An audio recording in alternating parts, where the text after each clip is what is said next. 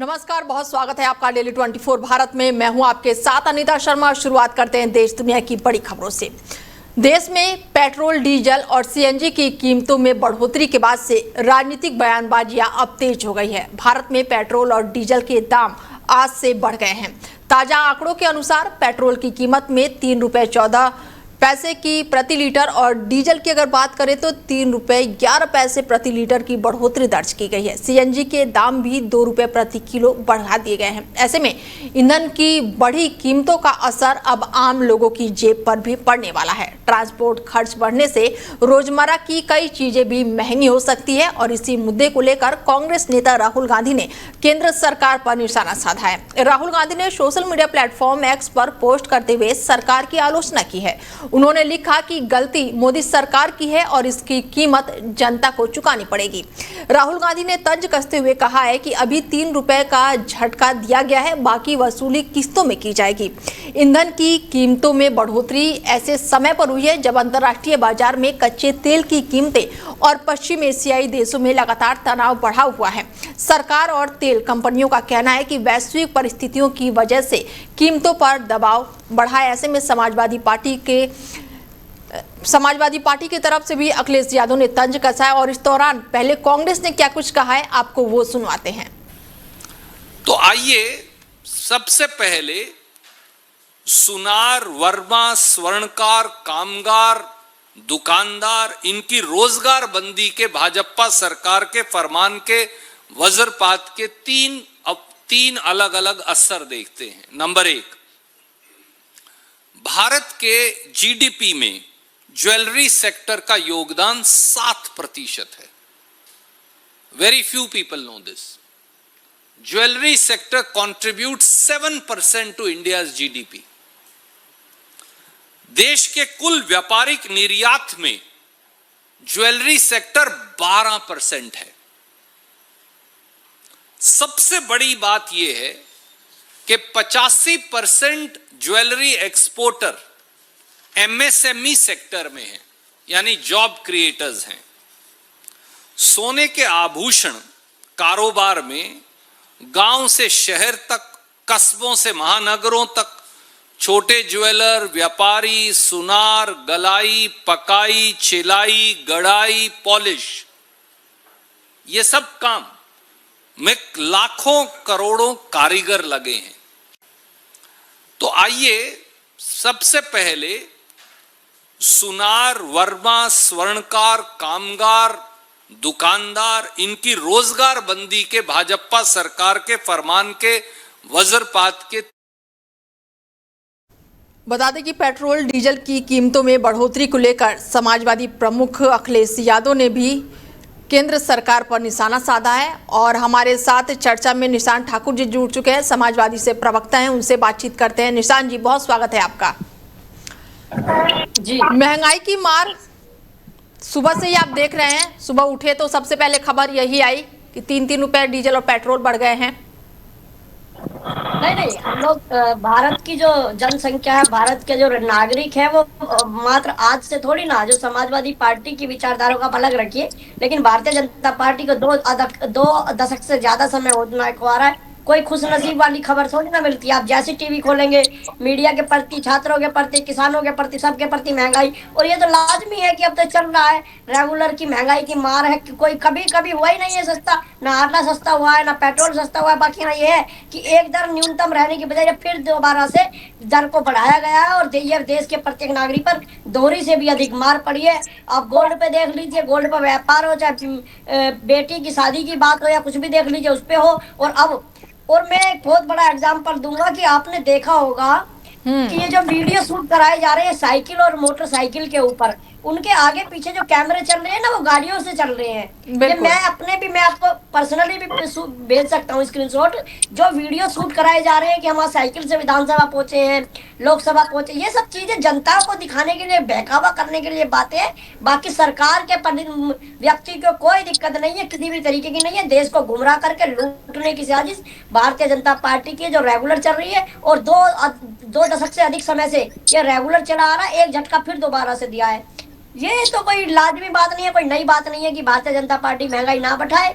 और अब बात अगर आती है कि कंट्रोल की, तो जब वर्तमान में भारतीय जनता पार्टी है तो सरकारों का काम होता है, चाहे वो ठीक है। कांग्रेस की सरकार हो, तो समाजवादी पार्टी की, या कोई भी वो दूसरी विपक्षी पार्टी का काम नहीं होता है कि उसको रोक लगाए। जब वर्तमान में सरकारें जो भी पार्टी की रही हो, उनका कार्य बनता है जनता को राहत दे और जनता के अनुसार कोई निर्णय लिया जाए, तो एक साम्राज्य एक बैठा करके निर्णय बैठा करके टीम बना करके निर्णय लिया जाता है। लेकिन यहाँ पर अब सारे फैसले ऑटोमेटिकली जनता के ऊपर थोपे जाते हैं। महंगाई दर कोई आज नया काम नहीं है, ये महंगाई दर भारतीय जनता पार्टी की बस चुनाव के टाइम पर वादे होते हैं, लेकिन महंगाई दर पर कोई रोक नहीं है। ठीक है निशांत जी, अब रोकना चाहूंगी मैं आपको। हमारे साथ जुड़ चुके हैं आलोक जी हैं, उनसे बातचीत करते हैं। बीजेपी से हैं, बीजेपी प्रवक्ता हैं। आलोक जी से जानते हैं कि महंगाई को लेकर तमाम तरह के अब राजनीतिक बयान जो है वो निकल कर सामने आ रहे हैं। सबसे पहले तो मेरा सवाल यही रहेगा कि 3 रुपए डीजल और पेट्रोल बढ़े हैं। आलोक जी क्या कुछ कहेंगे? देखिए अनीता जी, लगता है निशांत जी बहुत दिन से अखबार नहीं पढ़ रहे थे। जी। इनको विश्व के वैश्विक संकट की कुछ जानकारी नहीं है।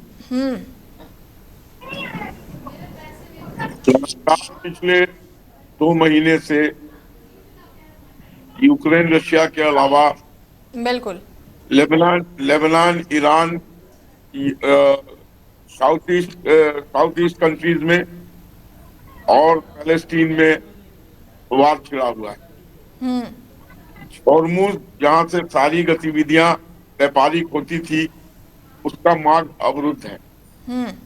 इसके बावजूद हमने अभी तक डीजल और पेट्रोल को कंट्रोल किया हुआ था, जबकि वस्तु स्थिति ये थी अनीता जी कि अब तक ऑयल कंपनियों को का घाटा 1 लाख करोड़ पार कर चुका है। बिल्कुल बिल्कुल। वैश्विक स्थिति के कारण। और दूसरी चीज मैं आपको बता दूं कि 3 प्रमुख चीजें जिसका भारत में लोग उपयोग करते हैं, तेल, एलपीजी, सोना और खाने का तेल। तेल और एलपीजी में भारत का प्रतिवर्ष 600 से 700 बिलियन डॉलर बिल्कुल खर्च होता है। और सोना इंपोर्ट में 60 से 70 बिलियन डॉलर का सोना हम इंपोर्ट करते हैं। और खाने वाली ऑयल 18 से 20 बिलियन डॉलर का हम उपयोग करते हैं। इससे हमारी 800 के लगभग बिलियन डॉलर हमारा सिर्फ इंपोर्ट करने में चला जाता है, जो अभी के स्थिति में हम एक्सपोर्ट नहीं कर पा रहे हैं। कुछ टैरिफ के प्रतिबंध है, कुछ लड़ाइयों के कारण देशों में अस्थिरता है, जो हमारा एक्सपोर्ट उतना नहीं हो रहा है। अब आप मुझे एक चीज बताइए, अगर प्रधानमंत्री ने आगाह किया है, इंग्लिश में कहावत है prevention is better than cure, सावधानी बरतना मौत को बुलावे देने से बेहतर है। ये रोड पर भी लिखा रहता है कि सावधानी से चलिए रोड पर, नहीं तो आप एक्सीडेंट के शिकार हो जाएंगे। बिल्कुल। तो अगर प्रधानमंत्री ने एक मुखिया के नाते, जिसको देश की जनता का असीम प्यार मिलता है, जिसको देश की जनता का जिस पर असीम भरोसा है, इसने देश को आजादी के बाद उच्चतम ऊंचाइयों पर ले जाने का काम किया है, अगर उन्होंने आगाह किया है कि कृपया आप लोग थोड़ी थोड़ी बचत करें ताकि हम लोग इस संकट से को फेस करने में सक्षम रहे, बिल्कुल बिल्कुल, क्या गलत किया? और उन्होंने चैरिटी बिगिंस एट होम, उन्होंने इस बात का आह्वान करने के बाद जिस व्यक्ति पर विश्व के इतने संगठन उनको खतरा है, उसके बावजूद उन्होंने 100 के काफिले को, 125 के काफिले को 2 पर लाके छोड़ दिया। ठीक है निशांत जी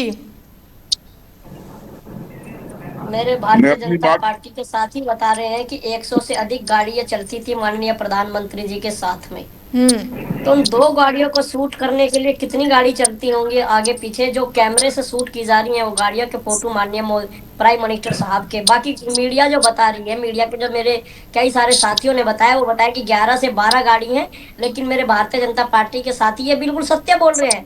कई 100 से अधिक गाड़ियां जो प्रधानमंत्री के साथ चलती थी। लेकिन मैं मानता हूँ जो अभी कहा कि मैं न्यूज़पेपर नहीं पढ़ता हूँ, तो हाँ बिल्कुल सत्य है, मैं न्यूज़पेपर नहीं पढ़ता हूँ, लेकिन बिल्कुल स्वीकार करूंगा इस बात को कि जब वर्तमान स्थिति जो होती है ना, वो वर्तमान सरकार ही कंट्रोल करती है। दूसरी चीज, जिन बातों का आप निर्यात और आयात की बात कर रहे हैं, माही मैम आपने देखा होगा कि कई लाख हजार करोड़ रुपए में एक मेक इन इंडिया का एक लोगो, मेक इन इंडिया का एक लोगो बनाया गया था कि अब विदेशों से हमें सहायता लेने की जरूरत नहीं पड़ेगी, अब भारत के अंदर सब चीजें अवेलेबल होंगी, भारत सब चीजों को बनाएगा। अब तक विदेशों में जाकर के विश्व गुरु होने का एक जो बखान माननीय जी ने बताया होगा कि भारत एक विश्व गुरु है, स्वीकार करते हैं कि भारत एक विश्व गुरु है, लेकिन वो विश्व गुरु वाली आज कहाँ की बात चल रही है? जिस खाने के तेल की आप बात कर रहे हैं मेरे भारतीय जनता पार्टी के साथी, भारत एक किसानी क्षेत्र, गांव किसानों में बसता है। भारत की जो आधे से अधिक संपत्ति और किसान व्यवसाय है। खाद जो सरसों का तेल हो, सोयाबीन का तेल हो, कोई भी तेल हो, सब चीजें भारत से निर्यात होती हैं। और जिन आप पेट्रोलियम की बात कर रहे हैं, भारत सरकार के राजकोष में इतना पैसा है, अगर किसी कारणवश ये घाटा अगर हो भी गया है पेट्रोलियम कंपनी को, तो अन्यथा ऐसा कोई रास्ता निकाल लिया जाता।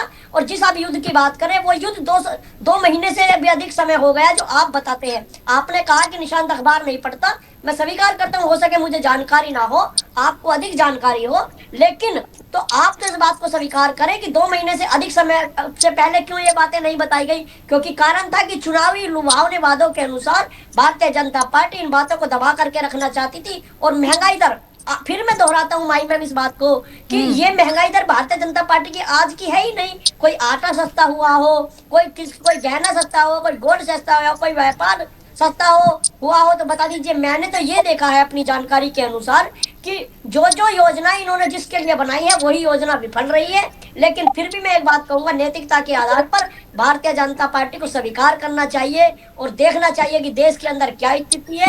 पेट्रोलियम कंपनी की बात करेंगे तो राजकोष में जरूर इतना संभव होगा कि वो उनकी मदद कर दे। लेकिन ये जो दिखावा चल रहा है कि गाड़ी आप मोटरसाइकिल से जा रहे हैं तो वो फोटो जो शूट हो रहे हैं, मैं अभी आपको वीडियो भी भेजूंगा थोड़ी देर बाद में, लेकिन ये जो महंगा तरीके को गरीब पर बनाया जा रहा है, इस पे रोक लगाएं। जनता की बेरोजगारी पर ध्यान दे, जनता पर पढ़ाई पर ध्यान दे, इन पर रहम करें और देश के ऊपर जो जिम्मेवारी लेते हुए ध्यान दे कि हाँ वर्तमान सरकार जो है इस बात की जिम्मेवारी लेती है और जनता को राहत पहुंचाने का काम करती है। लेकिन बार बार निशांत जी यही कहा जा रहा है कि चुनाव के बाद से महंगाई बढ़ गई। हालांकि प्रधानमंत्री नरेंद्र मोदी ने कुछ समय पहले ही आगाह किया था चुनाव के बाद बचत कीजिए। चुनाव अभी की बातें हैं ना, ये तो चुनाव के दौरान जब बंगाल जैसा चुनाव इन्होंने कहा, हालांकि मैं उस मुद्दे को उठाना नहीं चाहता हूं क्योंकि आज विषय नहीं है, लेकिन ये एक ही बार की नहीं, हर चुनाव के अंदर ओपीएम की पुड़िया भारतीय जनता पार्टी निकाल के लाती है। चाहे वो कभी धर्म युद्ध की बात हो, कभी राम मंदिर की बात हो, कभी मस्जिद की बात हो, कभी मीडिया के साथियों की बात हो, कभी छात्र आंदोलन की बात हो,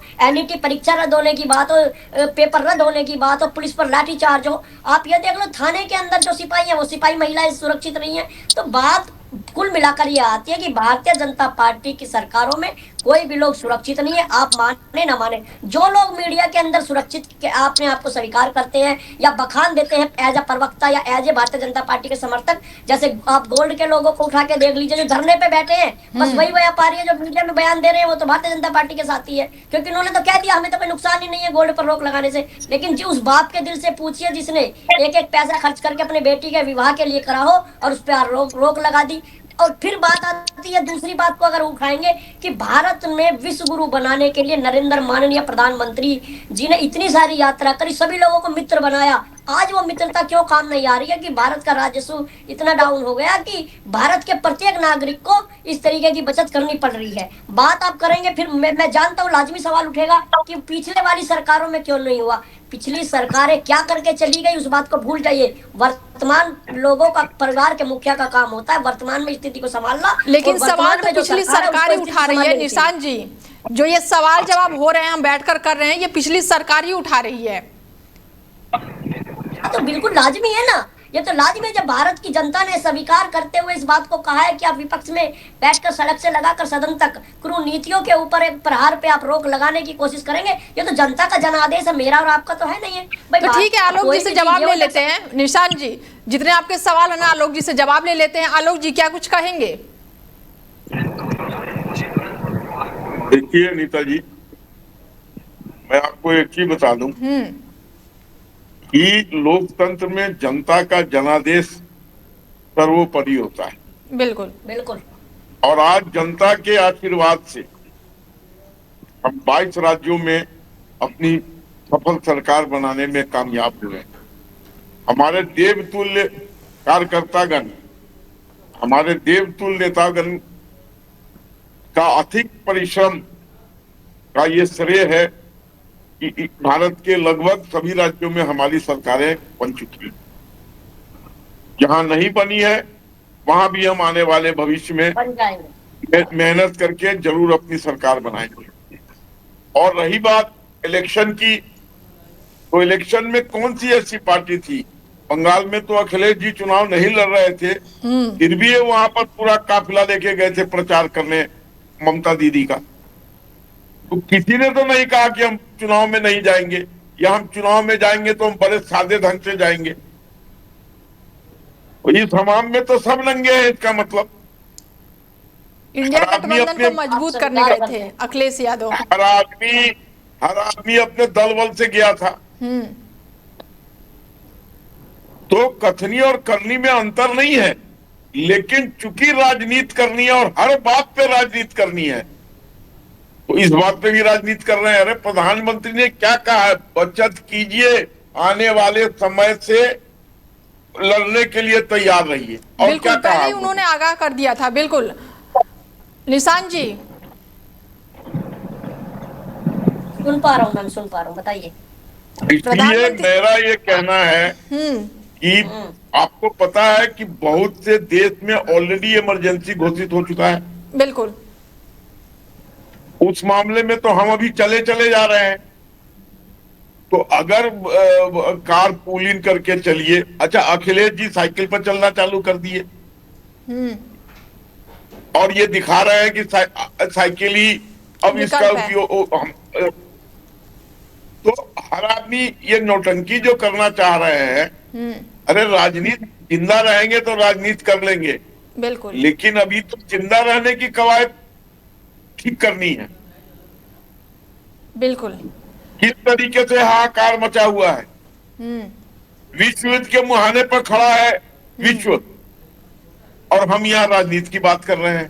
बिल्कुल, विपक्ष क्या इस संभाल मुद्दे से लेंगे? नहीं सोच अगर पाता। नरेंद्र मोदी नहीं सुनिए, अगर नरेंद्र मोदी अभी छोड़ दें तो क्या अखिलेश संभाल लेंगे पूरे हिंदुस्तान को?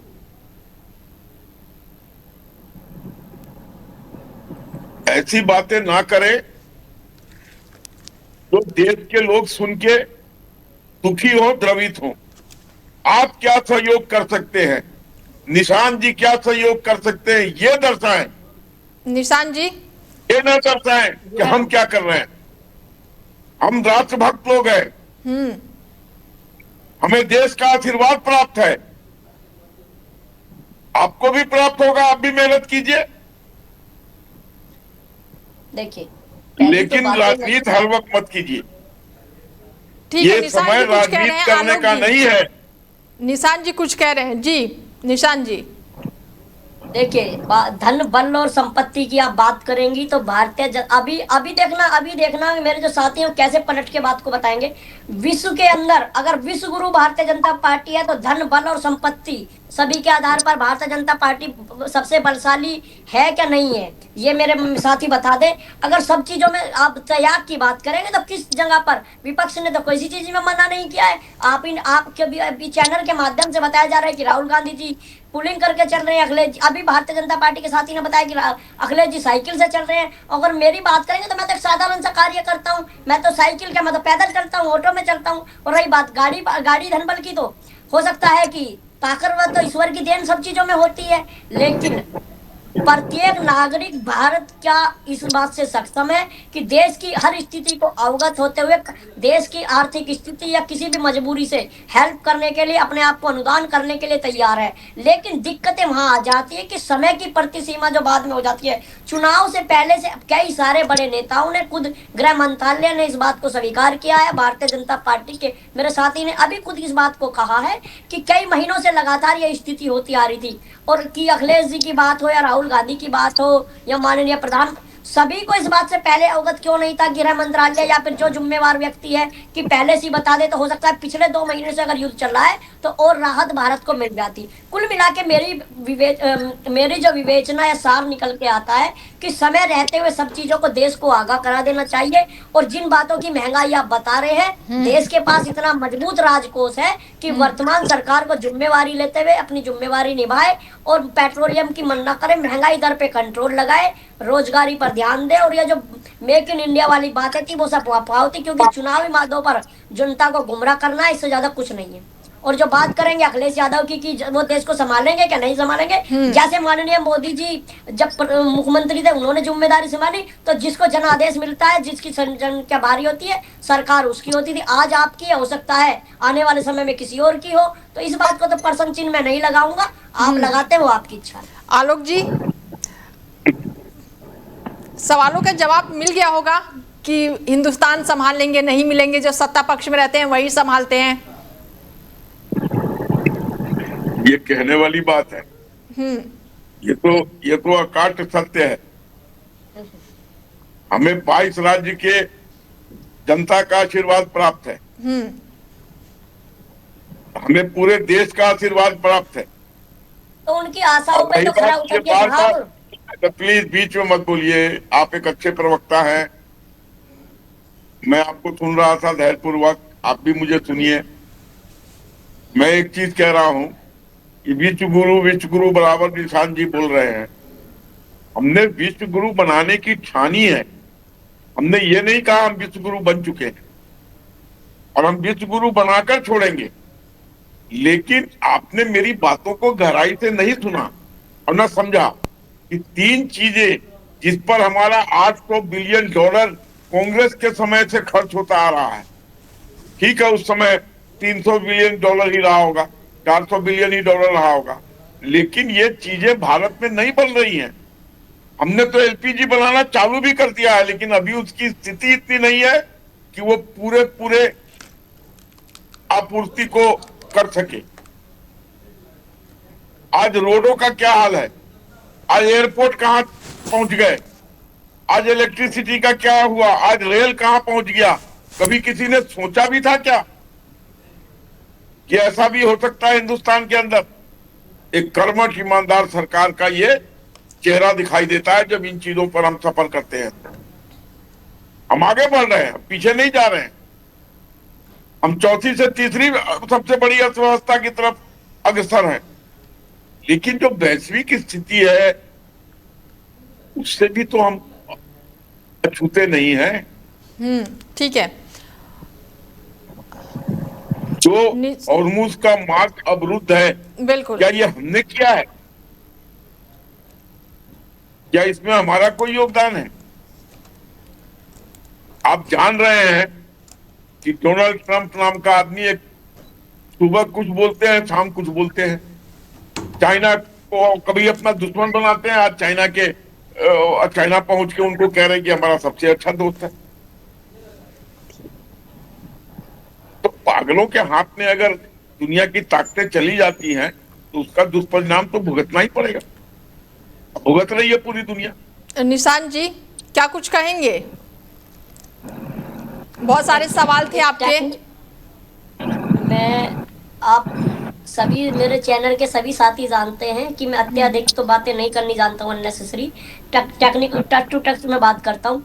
जिन विषय पे आज हमारी बात हो रही है, मेरा या विपक्ष की पार्टियों का एक शब्द कहना है, इससे अलग अगर कुछ कहा गया हो तो बताइए। कोई भी चीजें हो, चाहे घर के परिवार के मुखिया की बात हो, चैनल के मुखिया की बात हो, कंपनी के मेन अधिकारी सीईओ की बात हो, जो कुर्सी पर बैठा होता है अच्छी बातें भी उसी के ऊपर आती हैं और बुरी बातें भी उसी के ऊपर आती है। स्वीकार करते हैं कि वैश्विक समस्या और आर्थिक स्थिति से भारत जूझ रहा है। मेरा कहने का इतना मतलब है, विपक्ष की पार्टी समाजवादी हो या कांग्रेस हो या अन्य प्रमुखता से कोई भी दल रहा हो, कि जब अवगत थी जनता, अवगत थे माननीय प्रधानमंत्री या प्रमुख नेता, तो समय रहते इस बात को अगर भारत को आगाह कराया जाता तो हो सकता है आज आने वाली जिस स्थिति से भारत गुजर रहा है तो उसी टाइम से थोड़ी थोड़ी मेहनत कर ली जाती। जैसे मेरे भारतीय जनता पार्टी के साथी बता रहे हैं कि विश्व युद्ध की जो ये स्थिति चली आ रही है पिछले 2.5 से 3 महीने से चली आ रही है, जब से युद्ध हुआ है, अगर तभी हमें आगाह कर लेते, तभी हम थोड़ी थोड़ी बचत करते तो इतनी ज्यादा महंगाई का सामना नहीं करना पड़ता। लेकिन इनको जो है, फिर मैं दोहराता हूँ इस बात को, जो ये कह रहे हैं कि बार बार कि 22 राज्यों में जनता का जनादेश, ये तो सुप्रीम कोर्ट जानता होगा, कोर्ट जानता होगा या जनता जानती होगी कि जहां पर एक ही परिवार के 20 लोग वोटर और वहां किसी को एक भी वोट ना मिल रहा हो, खाली बीजेपी को जानता हो, तो कैसे ये सब चीजें पॉसिबल हो जाती है। खैर, इन सब विषयों को दरकिनार करो। लेकिन निशान जी, आज का मुद्दा किसी को ये नहीं पता था महंगाई, तो वर्तमान सरकार को जिम्मेवारी लेनी चाहिए और इन सब चीजों पर जनता के अनुसार काम करना चाहिए। निशान जी, किसी को ये नहीं पता था ना कि युद्ध इतना लंबा खींचेगा और सरकार पहले ही आगाह कर दे। किसी को पता था कि 2 महीने से ज्यादा युद्ध खींचेगा और अभी भी चल ही रहा है। अगर ये चीजें पता होती तो ये आपने और मैंने थोड़ी कहा, ये तो गृह मंत्रालय की गाइडलाइन आई है कि 2 महीने से अधिक समय से आर्थिक स्थिति से भारत गुजर रहा है और वही स्थिति अब आई है जहां पे देश खड़ा है। निशान जी, मुझे एक बात बताइए, इस वैश्विक परिस्थिति में विपक्ष क्या कर रहा है? विपक्ष देश के साथ कितना खड़ा है? चलिए, सरकार किसी की भी हो, देश तो हमारा है ना, हम क्या कर रहे हैं देश के लिए?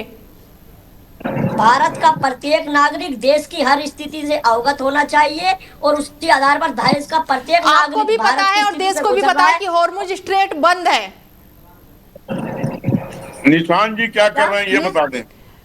देश के लिए हम क्या कर रहे हैं? सरकार किसी की भी हो, पक्ष को, विपक्ष की हो, कांग्रेस की हो, किसी की भी हो, देश तो हमारा है ना। निशान जी, निशांत जी और समाजवादी पार्टी क्या कर रही है बुराई करने के अलावा देश हित में, ये बता दें। सरकार की जो जायज समस्याएं हैं उनके साथ समाजवादी पार्टी देश के प्रत्येक नागरिक के साथ खड़ी है, लेकिन भारत की जनता के ऊपर जो कुनीतियों का प्रहार है उसको वर्तमान सरकारों को देखना चाहिए कि जनता के ऊपर रहम करे और पहले तो स्थिति से अवगत कराए तो ज्यादा बढ़िया है। समाजवादी पार्टी की बात करेंगे, निशांत की बात करेंगे, देश के जितनी मेरी औकात सामर्थ्य से ज्यादा है, मैं और मेरी पार्टी देश के प्रत्येक नागरिक के साथ सड़क से लगाकर सदन तक उनके साथ खड़ी है और खड़ी रहेगी। चलिए, तो अपना योगदान दीजिए, पैदल चलिए, साइकिल पर चलिए, तेल कम इस्तेमाल कीजिए, सोना मत खरीदिए। अच्छी बात है, मैं आपको इसके लिए बधाई देता हूं। आप बधाई के पात्र हैं कि देश हित में आप ऐसी काम कर रहे हैं। अगर आपको अपने बेटी से बहुत प्यार है, बहन से बहुत प्यार है, तो सोना की जगह उसको फ्लैट खरीद दीजिए, वो भी तो वैल्यूएबल चीज है। जमीन खरीद दीजिए, SIP के म्यूचुअल फंड खरीद दीजिए, SIP के म्यूचुअल फंड खरीद दीजिए, एक बड़ी LIC करवा दीजिए।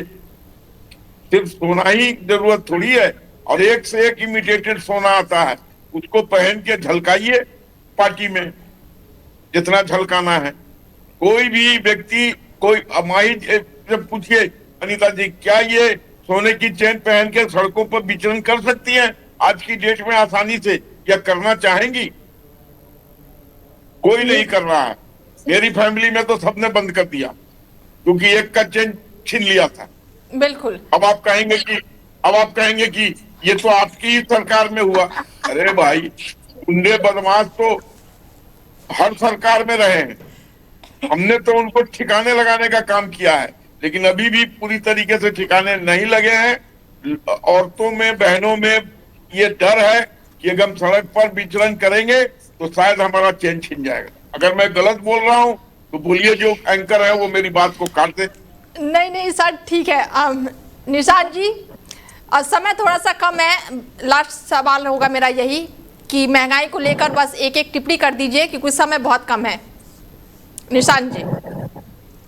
मैं बिल्कुल इस बात को स्वीकार करता हूं कि देश आर्थिक स्थिति से गुजर रहा है, लेकिन भारत का प्रत्येक नागरिक देश की सरकारों के साथ खड़ा है। लेकिन देश की सरकारों की जिम्मेवारी होनी चाहिए कि समय रहते सब स्थिति से अवगत कराए, अपने फायदे के लिए, ना कि चुनावी बिगुल बनाए। देश का प्रत्येक नागरिक, मैं अभी भी तो भारतीय जनता पार्टी के साथी को दोबारा से बताना चाहता हूँ, चाहे समाजवादी पार्टी हो, देश का प्रत्येक नागरिक हो, जो जायज समस्या देश के अंदर है उनसे देश को अवगत कराया जाए, सरकारों को अवगत कराया जाए।